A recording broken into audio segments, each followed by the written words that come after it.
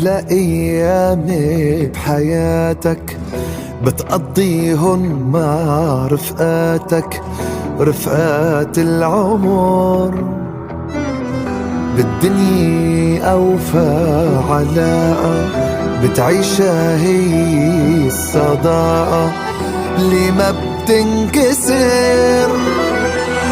رفقاتي اخواتي يلي ما جابتهن امي، تربينا كبرنا تخاوينا عالدمعة والبسمة، شو تعبنا وبكينا ومرقت شد علينا، وتعاهدنا كل العمر ما تضيع إلا مني.